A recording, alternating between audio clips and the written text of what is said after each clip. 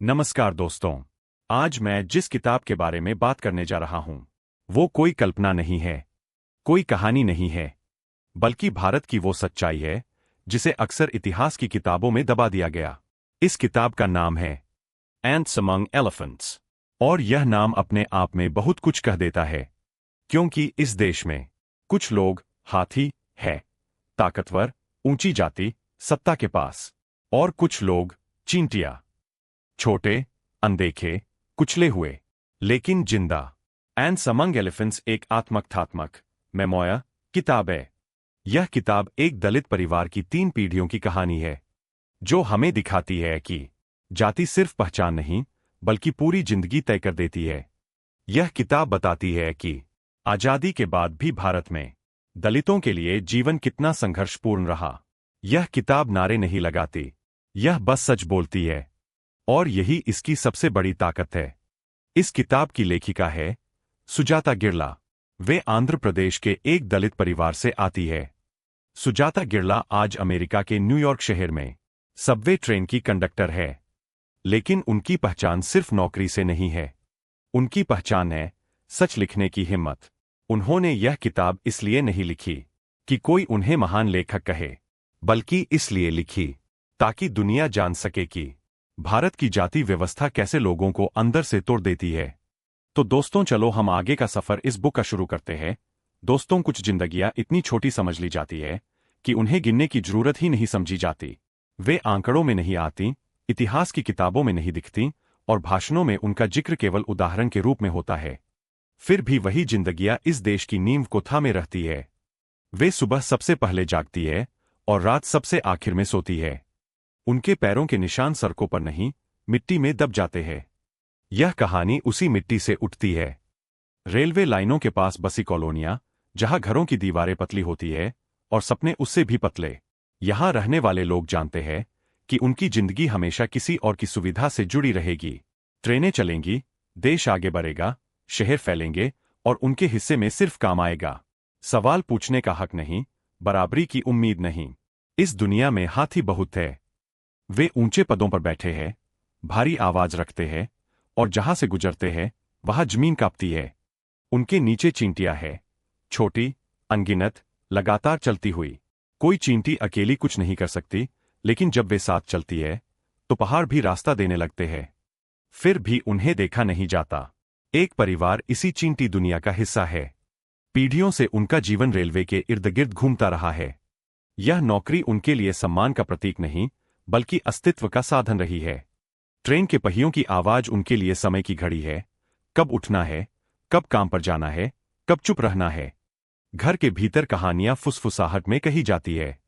बच्चे खेलते खेलते सीख जाते हैं कि कुछ सवाल जोर से नहीं पूछे जाते। जाति का नाम कम लिया जाता है, लेकिन उसका असर हर जगह मौजूद रहता है। पानी के घड़े में, बैठने की जगह में, और लोगों की नजरों में। दादा दादी की पीढ़ी ने अपमान को रोजमर्रा की सच्चाई की तरह स्वीकार किया था। उन्होंने सीखा था कि झुकना जिंदा रहने की कला है। उनके लिए शिक्षा एक दूर की चीज थी, लगभग एक अफवाह की तरह। उन्होंने अपने बच्चों को यही सिखाया कि नौकरी मिल जाए तो उसी में टिके रहो, सपने देखने की हिम्मत मत करना। लेकिन समय धीरे धीरे बदल रहा था। आजादी आ चुकी थी, संविधान बन चुका था, और बराबरी के शब्द किताबों में लिखे जा चुके थे। इन शब्दों ने कुछ घरों में हलचल पैदा की। पढ़ाई अब सिर्फ अमीरों की चीज नहीं रही थी। स्कूलों के दरवाजे खुले थे, लेकिन उनके भीतर की दुनिया अभी भी वही थी। परिवार का एक बच्चा किताबों की तरफ झुकने लगा। पढ़ना उसके लिए सिर्फ अक्षर पहचानना नहीं था, बल्कि दुनिया को समझने का तरीका था। वह देखता था कि कैसे एक ही देश में 2 तरह की जिंदगियां चलती है, एक जो आगे बढ़ती है और एक जो रास्ता बनाती है ताकि दूसरे आगे बढ़ सकें। घर में बहसें होने लगीं। पढ़ाई जरूरी है, लेकिन ज्यादा पढ़ लेना भी खतरनाक हो सकता है। सवाल करने की आदत आदमी को मुश्किल में डाल देती है। फिर भी किताबें आती रहीं। शब्द चुपचाप भीतर उतरते गए। रेलवे कॉलोनी के बाहर की दुनिया बड़ी थी, चमकदार थी, और थोड़ी डरावनी भी। वहां लोग अलग तरह से बात करते थे, अलग तरह से चलते थे। वहां नामों का महत्व था। एक नाम ही किसी को ऊपर या नीचे कर सकता था। बच्ची ने जल्दी समझ लिया कि उसकी पहचान सिर्फ उसके काम से नहीं बनेगी। उसके पीछे एक इतिहास है, जिसे वह चाहे या न चाहे, दुनिया उससे जोड़ देगी। यही एहसास उसे तेज भी बनाता है और सावधान भी। परिवार के बुजुर्ग अक्सर कहते थे कि ज्यादा आगे मत बढ़ो, गिरने में ज्यादा दर्द होता है। लेकिन युवा मन आगे बढ़ना चाहता था। वह हाथियों की दुनिया को पास से देखना चाहता था, यह समझना चाहता था कि वे इतने भारी कैसे बन गए। शहरों की तरफ रुख हुआ। ट्रेन वही थी, लेकिन मंजिल अलग थी। शहर में दूरी थी, लोगों के बीच, दिलों के बीच और अतीत से। यहां कोई जाति नहीं पूछता था, लेकिन कोई अपनाता भी नहीं था। यह आजादी अधूरी थी, फिर भी आकर्षक थी। काम, पढ़ाई और एक नई पहचान करने की कोशिश, सब एक साथ चलने लगे। लेकिन भीतर कहीं एक डर हमेशा मौजूद रहता था कि अगर सच्चाई खुल गई तो यह बनाई हुई दुनिया ढह सकती है। यही डर इस कहानी की धड़कन है।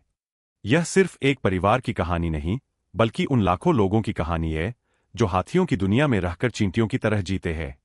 वे जानते हैं कि वे छोटे हैं, लेकिन वे यह भी जानते हैं कि उनके बिना यह व्यवस्था चल नहीं सकती।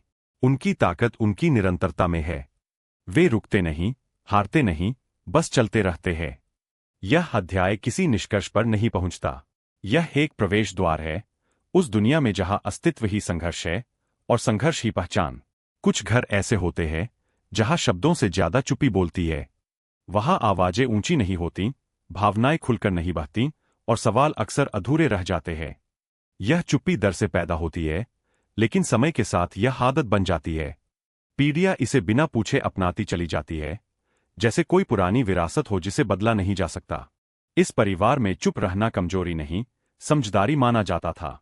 बाहर की दुनिया के लिए यह चुप्पी अदृश्य थी, लेकिन घर के भीतर यह हर बातचीत का आधार थी। बच्चे जब पहली बार किसी अन्याय को महसूस करते तो उन्हें जवाब नहीं मिलता, सिर्फ एक नजर जो कह देती थी कि यह बात यही खत्म होनी चाहिए। दादा के चेहरे पर हमेशा एक थकान जमी रहती थी। यह थकान उम्र की नहीं थी, बल्कि अनुभव की थी। उन्होंने बहुत कुछ देखा था, ऐसा बहुत कुछ जिसे याद करना भी भारी पड़ता था। रेलवे की नौकरी ने उन्हें नियमित जीवन दिया था, लेकिन इज्जत नहीं। वे जानते थे कि उनका स्थान तय है और उस स्थान से बाहर निकलने की कोशिश करना व्यर्थ है।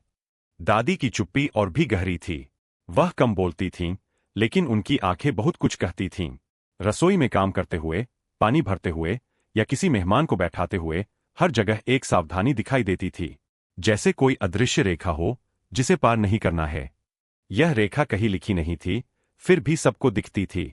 माँ बाप की पीढ़ी ने इस चुप्पी को थोड़ा बदला, लेकिन पूरी तरह तोड़ा नहीं। उन्होंने पढ़ाई की अहमियत समझी थी। किताबें घर में आने लगी थीं, लेकिन उनके साथ डर भी आया था।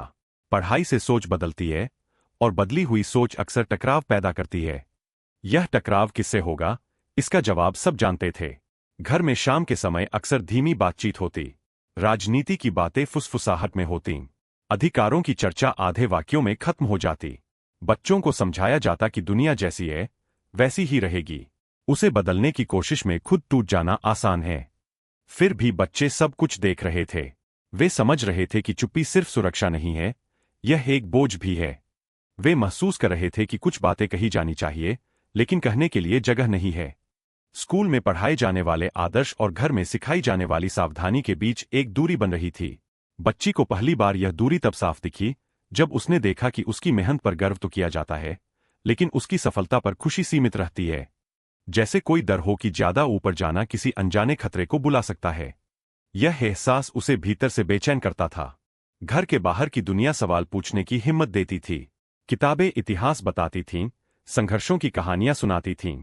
वहां ऐसे लोग थे जिन्होंने चुप्पी तोड़ी थी और उसकी कीमत चुकाई थी। यह कीमत डराती भी थी और आकर्षित भी। परिवार की स्मृतियां धीरे धीरे उसके भीतर जमा होने लगीं। दादा की झुकी हुई पीठ, दादी की सतर्क आंखें, माँ की अधूरी बातें, सब एक साथ उसकी सोच का हिस्सा बन गए। उसे समझ आने लगा कि यह चुप्पी सिर्फ व्यक्तिगत नहीं, बल्कि सामूहिक है। यह उन सब की है जिन्होंने बोलने की कोशिश की और दबा दिए गए। शहर की ओर जाने की बातें होने लगीं। शहर एक वादा था, आजादी का, गुमनामी का और शायद बराबरी का भी। लेकिन शहर भी हाथियों का ही था, बस उनकी चाल थोड़ी अलग थी। यहां आवाजें ऊंची थीं, लेकिन सुनने वाले चुनिंदा थे।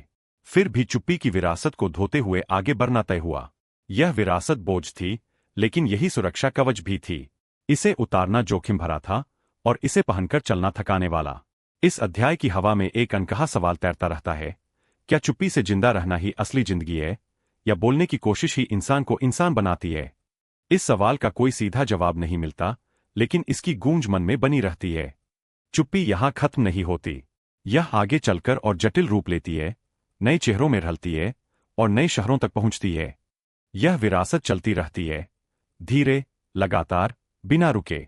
कुछ शब्द ऐसे होते हैं जो पहली बार सुनने में बहुत बड़े लगते हैं।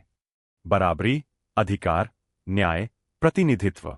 ये शब्द जब भाषणों में बोले जाते हैं तो हवा में चमकते हैं, लेकिन जमीन पर उतरते ही उनका वजन बदल जाता है। इस परिवार ने इन शब्दों को धीरे धीरे समझा, उम्मीद की तरह नहीं, बल्कि सावधानी की तरह। आजादी के बाद का समय था। देश बदल रहा था, या कम से कम ऐसा कहा जा रहा था। नए नेता, नए वादे और नई राजनीति सामने आ रही थी। रेलवे कॉलोनी तक भी यह बदलाव पहुंचा था, पोस्टरों के जरिए, नारों के जरिए और कभी कभी बसों के जरिए। लोग सुनते थे, सिर हिलाते थे और फिर अपने काम पर लौट जाते थे। राजनीति यहां सपने से ज्यादा एक जोखिम थी। सही पक्ष चुनना जरूरी था, लेकिन ज्यादा दिखना खतरनाक। दलित आंदोलनों ने आवाज दी थी, पहली बार इतनी साफ आवाज। लेकिन हर आवाज के साथ एक डर भी आता है। कौन सुनेगा, कौन नाराज होगा और उसका असर नौकरी, मकान और रोजमर्रा की जिंदगी पर क्या पड़ेगा, यह सब सवाल हर बातचीत के पीछे मौजूद रहते थे। घर के पुरुष सदस्य राजनीतिक बैठकों में जाने लगे। वे लौटकर उत्साह से भरे होते, लेकिन उस उत्साह के नीचे थकान छिपी रहती। बातें होती थी संगठन की, एकता की, संघर्ष की। फिर धीरे धीरे निराशा की बातें भी आने लगीं, आपसी मतभेद, नेतृत्व की लड़ाइयां और टूटते समूह। यह एहसास गहरा होता गया कि सत्ता सिर्फ बाहर नहीं होती, वह आंदोलनों के भीतर भी बनती है। जो लोग बराबरी की बात करते थे, वे भी कभी कभी वही भाषा बोलने लगते थे जिससे वे लड़ रहे थे। यह समझ परिवार के भीतर बेचैनी पैदा करती थी। बच्ची इन सब बातों को ध्यान से सुनती थी। वह देखती थी कि कैसे उम्मीद और थकान एक साथ चलती है, कैसे लोग बेहतर भविष्य की बात करते हुए भी वर्तमान से डरते हैं। राजनीति उसे आकर्षित करती थी, क्योंकि उसमें शब्द थे, तर्क थे और बदलाव का वादा था। लेकिन वह यह भी देख रही थी कि राजनीति अक्सर उन लोगों के लिए सबसे कठिन हो जाती है जिनके पास खोने के लिए बहुत कम होता है। रेलवे कॉलोनी में चर्चाएं कभी तेज नहीं होती थीं। यहां बहसें सीमित रहती थीं, क्योंकि हर कोई जानता था कि दीवारों के भी कान होते हैं। फिर भी कुछ रातें ऐसी होती थीं जब चुप्पी थोड़ी ढीली पड़ जाती थी। उन रातों में लोग अपने गुस्से, अपनी उम्मीदें और अपनी हताशाएं बाहर निकालते थे। एक नई पीढ़ी उभर रही थी जो किताबों से और अखबारों से सवाल सीख रही थी।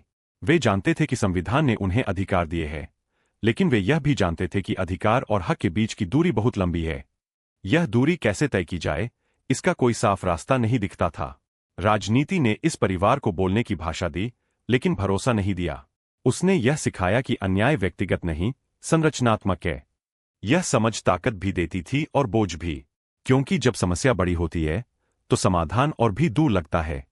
समय के साथ कुछ चेहरे बदले, कुछ नारे पुराने हो गए, आंदोलन छोटे होते गए या बिखरते चले गए, लेकिन उनके पीछे छोड़े गए सवाल घर के भीतर रह गए। इन सवालों ने बच्ची की सोच को आकार देना शुरू किया। वह समझने लगी कि बदलाव सिर्फ मंचों से नहीं आता, वह धीरे धीरे चेतना में उतरता है। राजनीति यहां किसी निष्कर्ष पर नहीं पहुंचती। यह एक प्रक्रिया बनकर रह जाती है, कभी उम्मीद जगाती हुई, कभी थकाती हुई। यह परिवार इस प्रक्रिया का हिस्सा बनता है, बिना पूरी तरह उस पर भरोसा किए। उम्मीद यहां किसी जीत का नाम नहीं है, यह आगे बढ़ते रहने की जिद है, तब भी जब रास्ता साफ न हो। और यही जिद इस कहानी को अगले मोड़ की ओर ले जाती है, जहां शिक्षा, शहर और पहचान नए सवाल लेकर खड़े होंगे। शिक्षा एक दरवाजे की तरह सामने खड़ी थी, खुली हुई, लेकिन भीतर कदम रखते ही यह एहसास होने लगता था कि यह जगह सबके लिए एक सी नहीं है। किताबें समान थीं, कक्षाएं एक सी थीं, लेकिन नजरों का बर्ताव अलग अलग था। कुछ छात्रों को आगे बढ़ने के लिए प्रोत्साहन मिलता था और कुछ को सिर्फ सहन किया जाता था।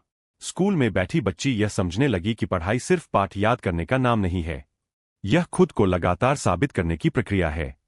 हर सही जवाब के बाद भी एक अतिरिक्त मेहनत करनी पड़ती थी, जैसे यह दिखाना जरूरी हो कि यह सफलता कोई गलती नहीं है।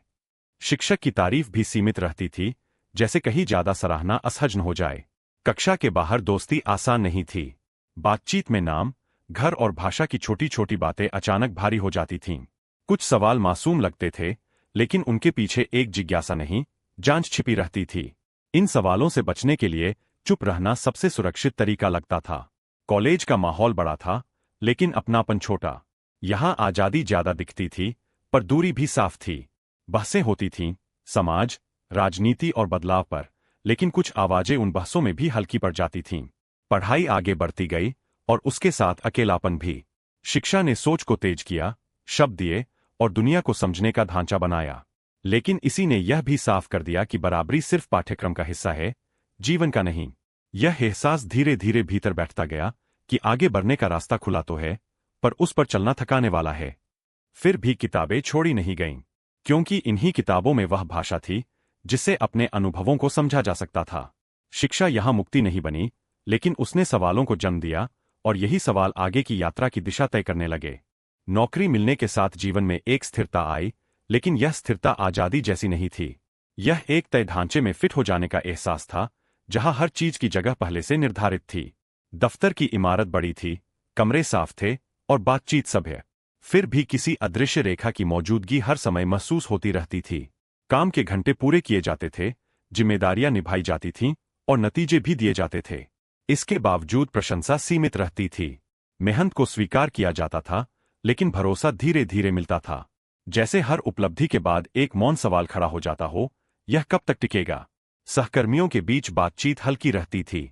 निजी जीवन पर कम बात होती थी, क्योंकि निजी सवाल अक्सर असहज मोड़ ले लेते थे। नाम, पृष्ठभूमि और रिश्तों की चर्चा से बचना एक आदत बन गई थी।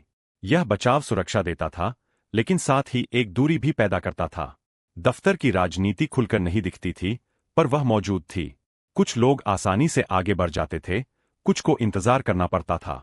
यह इंतजार सिर्फ अनुभव का नहीं, स्वीकृति का भी था। यहां काम करने वाला जानता था कि मेहनत जरूरी है, लेकिन वह अकेली पर्याप्त नहीं है।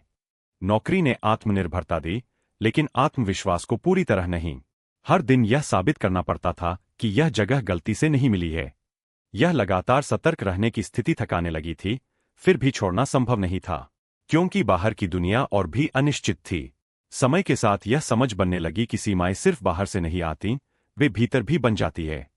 आदमी खुद को नियंत्रित करने लगता है, क्या कहना है, कितना कहना है और कब चुप रहना है। यह नियंत्रण धीरे धीरे स्वभाव का हिस्सा बन जाता है। नौकरी यहां मंजिल नहीं बनती, यह एक पड़ाव है जहां से आगे बढ़ने की चाह बनी रहती है, लेकिन रास्ते स्पष्ट नहीं होते। यही चाह और यही असमंजस इस यात्रा को अगले मोड़ की ओर ले जाता है, जहां शहर, दूरी और स्मृतियां एक नई भूमिका निभाने लगती है। शहर में कदम रखते ही यह साफ हो गया कि यहां सब कुछ तेज है, रफ्तार, सपने और अकेलापन। भीड़ के बीच खड़े होकर भी आदमी अपने आप से ही बातें करता रहता है। यहां कोई किसी को पहचानने का दावा नहीं करता, और यही गुमनामी एक तरह की राहत बन जाती है। लेकिन इस राहत की अपनी कीमत होती है। शहर ने दूरी सिखाई, परिवार से, अतीत से और उन स्मृतियों से जो पहचान का हिस्सा थीं। यहां बातचीत सतही थी, रिश्ते सीमित और समय बंटा हुआ। हर कोई अपनी जगह बनाने में व्यस्त था। इस व्यस्तता में सवाल पूछने का वक्त नहीं था, और शायद जरूरत भी नहीं समझी जाती थी। काम और पढ़ाई के बीच जीवन चलता रहा। कमरे छोटे थे, खिड़कियां संकरी, लेकिन सपनों को जगह मिलती थी। रातों में किताबें खुली रहतीं और बाहर शहर की आवाजें। यह आवाजें कभी अपनापन देती थीं, कभी यह याद दिलाती थीं कि यहां हर कोई अस्थायी है। शहर में जाति खुलकर सामने नहीं आती थी, लेकिन वह गायब भी नहीं थी। वह उच्चारण में छिपी रहती, खाने की पसंद में झलकती और अचानक पूछे गए सवालों में उभर आती। इन पलों में दूरी और गहरी हो जाती थी। चुप रहना फिर से सबसे सुरक्षित रास्ता लगता था। समय के साथ यह एहसास मजबूत हुआ कि शहर अवसर देता है, अपनापन नहीं। यहां रहने का मतलब था खुद को लगातार गढ़ते रहना, कुछ हिस्सों को उभारते हुए, कुछ को छुपाते हुए। यह गढ़ना थकाने वाला था, लेकिन इसके बिना आगे बढ़ना संभव नहीं लगता था। दूरी यहां सिर्फ भौगोलिक नहीं थी, यह भावनात्मक भी थी। अपने ही अनुभवों को साझा करने के लिए सही भाषा और सही श्रोता ढूंढना मुश्किल था, इसलिए बहुत सी बातें भीतर ही रह जाती थीं। शहर ने सिखाया कि अकेले रहना एक कला है।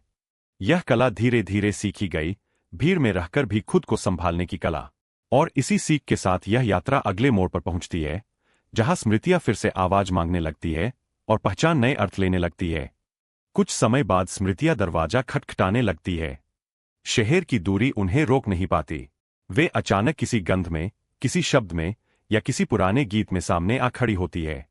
दादी की चुप्पी, पिता की थकी हुई चाल, मां की अधूरी हंसी, सब एक साथ मन में उतरने लगते हैं। पहचान अब सिर्फ वर्तमान से नहीं बनती, यह अतीत की परतों से होकर आती है।